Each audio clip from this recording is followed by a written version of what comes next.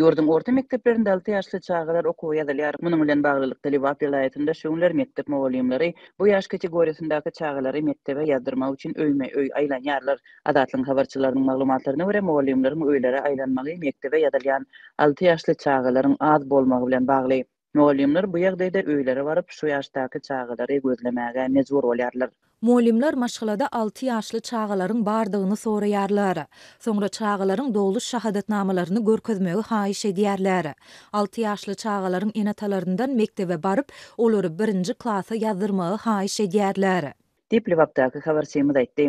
Liwabyň mekdepleriniň köpüsinde adatça 6 ýaşly çağalar üçin ýylda 3-4 klas düzülýär we olaryň hersinde 15 çağadan bolýar.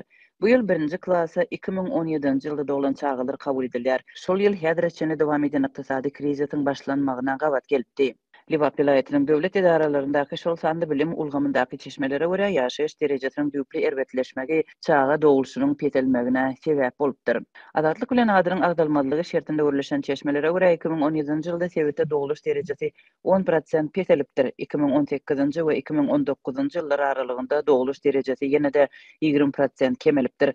Adatlyk radiosu vilayatyň häkimetlerinden we bilim wekillerinden resmi görnüşde düşündürüş alyp bilmedi. Ýangy ýakynda türkmen häkimetleri ilatyň sanyny eglan etdiler. 17 ýylyň içinde ilkinji ýydak neşir edilen resmi statistika sanlaryna görä ýurdun ilaty 7 million adamdan geçipdir.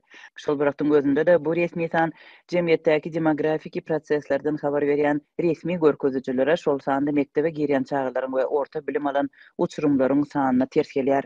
Öňçä edilen resmi maglumatlara görä 2022-nji ýylda ýurtda bar bolan 1875 mektebi 82 000 adam gutarypdyr. Deňişdirmek üçin 2009-njy ýylda Türkmenistandaky orta mektepleri 115 000 okuwçy gutarypdy.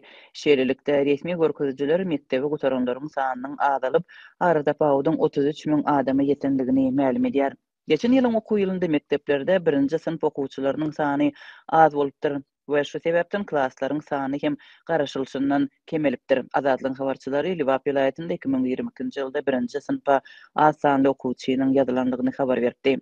Şonda türkmen häkimetleri 2022-nji ýylda takminan 160 000 çağanyň 1-nji synpa girenligini eglan edipdi. Türkmen portaly ýarym resmi neşir 2022-2023-nji okuw ýylynda ýurdun 10882 orta mektebinde jemi 1,5 millionyň gowrak okuwçynyň bilim alýanlygyny, şolardan 159 772 çağanyň ilkinji ýydak okuw barandygyny habar berdi. Ozalky ýyllar bilen deňeşdirilende 1-nji synp okuwçylarynyň resmi sany ýyllar boýy 100 000 töweregi bolupdy.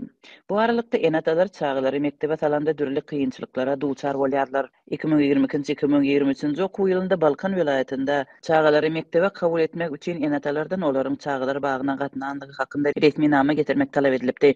Ozalky ýyllarda çağalary mektebe ýazdyrmak üçin para almak ýaly ýagdaýlar hem ýüze çykypdy.